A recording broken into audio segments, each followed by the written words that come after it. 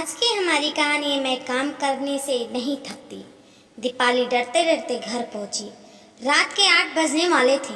मार्च का एंड चल रहा था।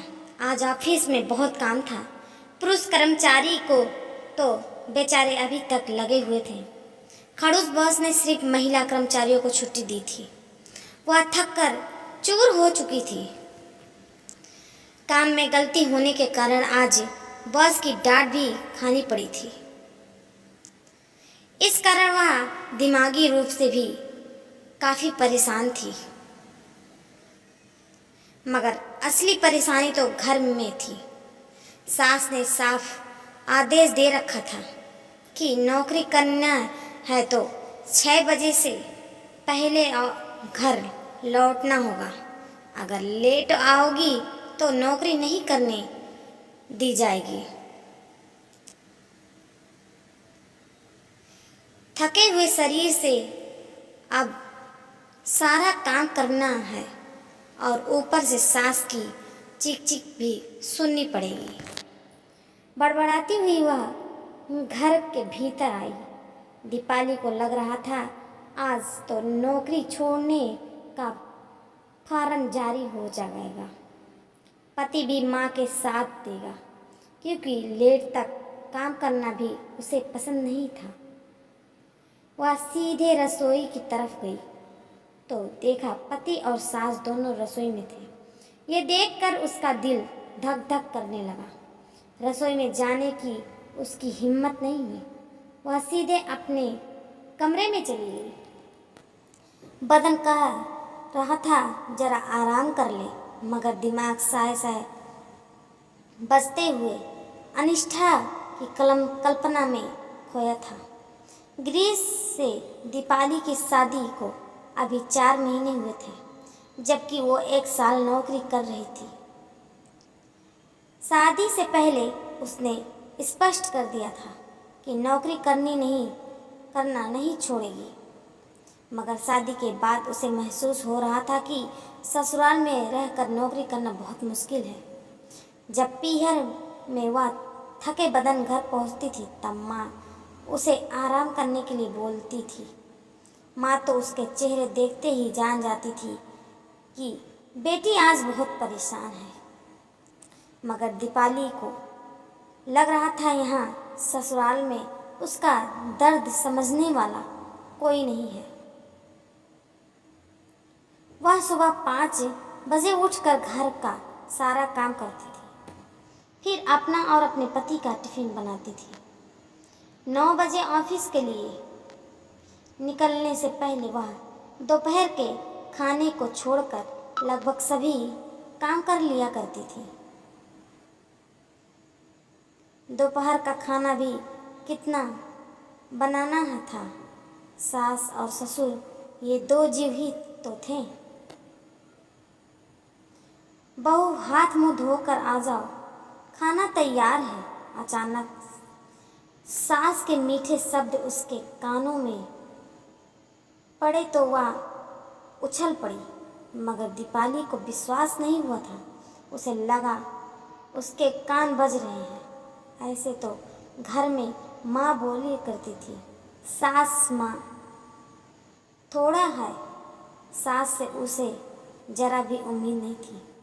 फिर भी वह उठकर कमरे के दरवाजे तक आई। फिर झांक कर देखा टेबल पर खाना रखा जा चुका था। ससुर जी ने अपनी कुर्सी पर आसन जमा लिया था।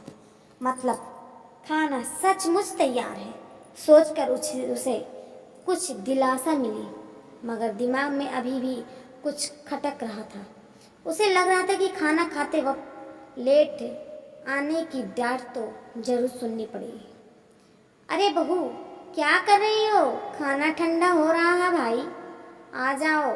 सास टेबल पर खीर से भरे पतीली रखते हुए बोली।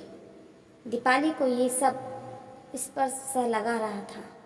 वह भागकर वॉशरूम में गई, हाथ मुंह धोया। खीर और पराठे की खुशबू उसके कमरे तक आ रही थी।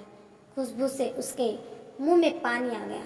अंदर से अंतड़ियाँ कुड़कुड़ करने लगी।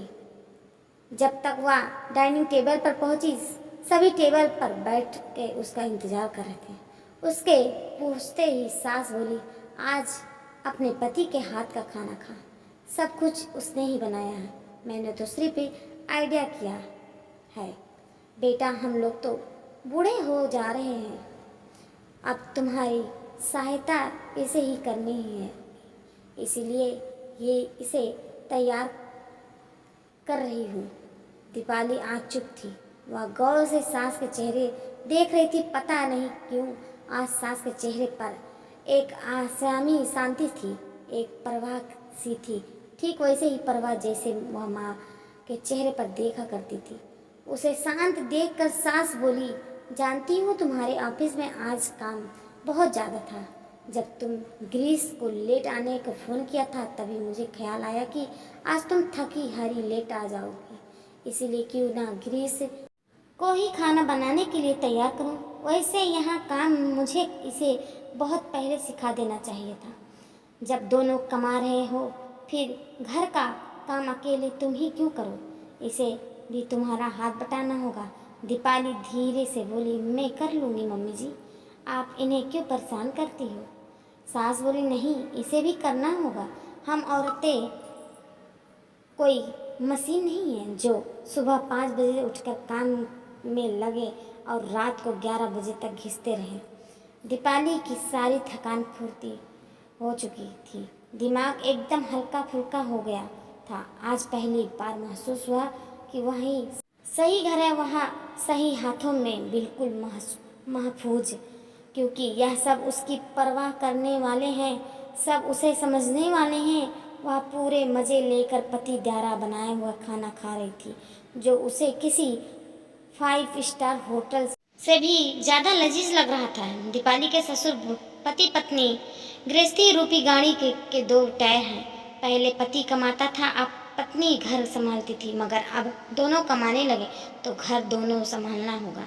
एक ही टायर को ज़्यादा बोझ पड़ेगा तो वह कमज़ोर हो जाएगा। खाना खाने के बाद दीपाली रसोई में बर्तन साफ करते हुए झाँक रही थी कि ग्रीस भी रसोई में आ गया। आते ही बोला, देखो मैं और सब सारा काम हाथ बटा दूंगा, मगर मुझसे बर्तन साफ नहीं होगा।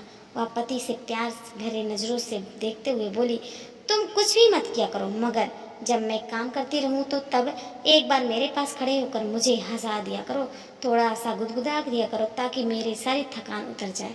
मैं काम करने से नहीं थकती हूँ, तनाव से थक जाती हूँ। घर में कोई जब मुझे गुस्से में बात करता है तब थक जाती हूँ, कोई मेरे मायके वालों को भला बुरा कहता है तब थक जाती हूँ, कोई मेरी निष्ठा को सवाल उठाता है थक जाती हूँ। मैं काम करने से नहीं थकती, तनाव और अपेक्षा से थकती हूँ। जी हाँ दोस्तों, हमारी स्टोरी जरा से भी दिल छूने वाली है तो आप ढेर सारा शेयर कीजिए, लाइक कीजिए, कमेंट कीजिए और हमारी स्टोरी से क्या सीख मिली आप कमेंट में ज़रूर बताइएगा और सब्सक्राइब करना तो मत भूलिएगा। धन्यवाद।